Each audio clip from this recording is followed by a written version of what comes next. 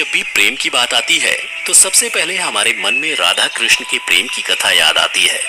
परंतु अधिकतर जनमानस के मन में ये सवाल उठता है कि जब भगवान कृष्ण राधा रानी से बेइंतहा प्रेम करते थे तो फिर उन्होंने उनसे शादी क्यों नहीं की।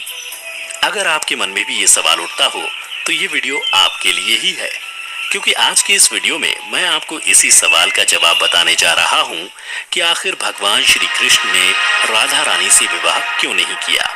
तो वीडियो के अंत तक हमारे साथ जरूर बने रहें। नमस्कार मित्रों, द डिवाइन से जुड़ी कई कथाएं प्रचलित हैं, जिनमें से सबसे पहली कथा के अनुसार ऐसा माना जाता है कि राधा कोई और नहीं बल्कि श्री कृष्ण का ही एक रूप थी। स्कंद पुराण की माने तो श्री कृष्ण को आत्मा राम भी कहा जाता है, अर्थात जो अपनी आत्मा में ही रमण करते हुए आनंदित रहता है और उसे आनंद की अनुभूति के लिए किसी अन्य की आवश्यकता नहीं होती। उनकी आत्मा तो राधा ही है, अतः राधा और कृष्ण को कभी अलग नहीं किया जा सकता। ऐसे में फिर राधा और श्री कृष्ण के विवाह होना और बिछड़ने का सवाल ही नहीं उठता। श्री कृष्ण ने ही खुद को दोनों रूपों में प्रकट किया है। ये भगवान का एक मनोरम रूप है। पुराणों में उनके इस रूप को रहस्य, अध्यात्म और दर्शन से जोड़कर देखा गया। वहीं ब्रह्म वैवर्त पुराण में वर्णित कथा के अनुसार श्री कृष्ण के साथ राधा गोलोक में रहती थी। एक बार उनकी अनुपस्थिति में श्री कृष्ण अपनी दूसरी पत्नी विरजा के साथ घूम रहे थे। तभी राधा आ गई। वे विरजा पर नाराज होकर वहां से चली गईं। श्री कृष्ण के सेवक और मित्र श्रीदामा को राधा का यह व्यवहार ठीक नहीं लगा और वे राधा को भला बुरा कहने लगी। राधा ने क्रोधित होकर श्रीदामा को अगले जन्म में शंखचूड़ नामक राक्षस बनने का श्राप दिया। इस पर श्रीदामा ने भी उनको पृथ्वी लोक पर मनुष्य रूप में जन्म लेकर 100 वर्ष तक कृष्ण विछोह का श्राप दे दिया। राधा को जब श्राप मिला था तब श्री कृष्ण ने उनसे कहा था कि तुम्हारा मनुष्य रूप में जन्म तो होगा, लेकिन तुम सदैव मेरे पास रहोगी। यही कारण था कि राधा और श्री कृष्ण का बचपन में विछोह हो गया था। जबकि रामचरितमानस के बालकांड के अनुसार एक बार विष्णु जी ने नारद जी के साथ छल किया था। उन्हें खुद का स्वरूप देने के बजाय वानर का स्वरूप दे दिया था। इस कारण वे लक्ष्मी जी के स्वयंवर में हंसी का पात्र बन गए और उनके मन में लक्ष्मी जी से विवाह करने की अभिलाषा ही रह गई थी। नारद जी को जब इस छल का पता चला तो वे क्रोधित होकर वैकुंठ पहुंचे और भगवान को बहुत भला बुरा कहा और उन्हें पत्नी वियोग का श्राप दे दिया। नारद जी के श्राप की वजह से रामावतार में भगवान रामचंद्र जी को सीता का वियोग सहना पड़ा था और कृष्णावतार में देवी राधा का। इसके अलावा एक अन्य पौराणिक कथा के अनुसार राधा श्री कृष्ण से 5 वर्ष बड़ी थी। राधा ने श्री कृष्ण को पहली बार जब देखा था जब उनकी माँ यशोदा ने उन्हें ओखल से बांध दिया था।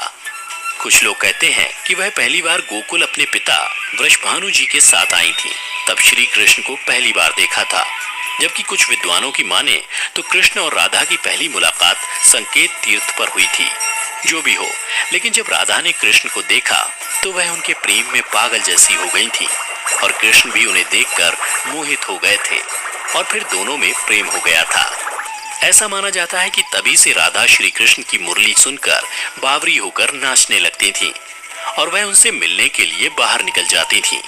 जब गांव में कृष्ण और राधा के प्रेम की चर्चा चल पड़ी तो राधा के समाज के लोगों ने उसका घर से बाहर निकलना बंद करवा दिया। जिसके बाद एक दिन श्री कृष्ण ने अपनी माता यशोदा से कहा कि माता, मैं राधा से विवाह करना चाहता हूँ। यह सुनकर यशोदा मैया ने कहा कि राधा तुम्हारे लिए ठीक लड़की नहीं है। पहला तो यह है कि वह तुमसे 12 साल बड़ी है और दूसरा यह है कि उसकी मंगनी रायाण के साथ पहले से ही हो चुकी है और वह कंस की सेना में है जो अभी युद्ध लड़ने गया है। जब आएगा तो राधा का उससे विवाह हो जाएगा, इसलिए उससे तुम्हारा विवाह नहीं हो सकता। हम तुम्हारे लिए दूसरी कन्या ढूंढेंगे। लेकिन कृष्ण जिद करने लगे। तब यशोदा ने नंद से कहा। कृष्ण ने नंद की भी बात नहीं मानी। तब नंद बाबा कृष्ण को गर्ग ऋषि के पास ले गए। गर्ग ऋषि ने कृष्ण को समझाया कि तुम्हारा जन्म किसी खास लक्ष्य के लिए हुआ है।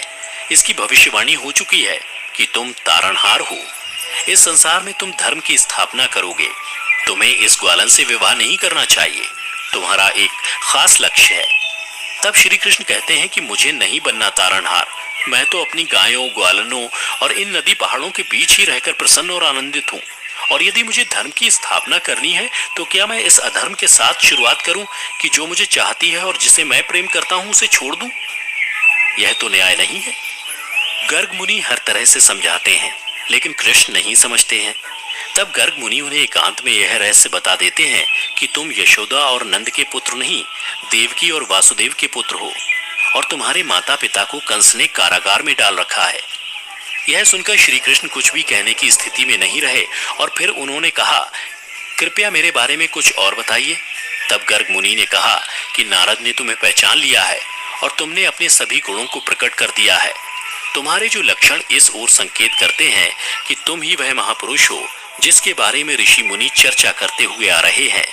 यह सुनकर श्री कृष्ण चुपचाप उठे और गोवर्धन पर्वत की सबसे ऊंची चोटी पर जाकर अकेले आकाश को देखने लगे।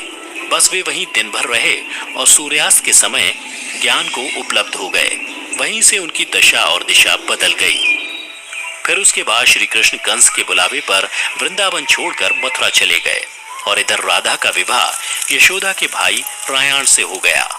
मित्रों, इसलिए भगवान कृष्ण ने कहा कि राधा तो मेरी आत्मा है, भले ऐसे में मैं उससे विवाह करूं या ना करूं, इससे क्या फर्क पड़ता है। विवाह के बाद भी राधा का ना तो मेरे प्रति स्नेह कम हुआ और ना ही मेरा राधा के प्रति। इसलिए मित्रों, अगर आप भी किसी से प्रेम करते हैं और आपकी उससे शादी नहीं होती है तो निराश ना हो, बल्कि उसके प्रेम को अपने मन में हमेशा के लिए याद रखें, जैसा कि श्री कृष्ण ने किया था। तो मित्रों, उम्मीद करता हूं कि आपको श्री कृष्ण और राधा की ये प्रेम कथा पसंद आई होगी। अगर पसंद आई हो तो इसे ज्यादा से ज्यादा लाइक करें और अपने दोस्तों के साथ शेयर भी अवश्य करें। फिलहाल आज की वीडियो में इतना ही। अब हमें इजाजत दें। आपका बहुत बहुत शुक्रिया।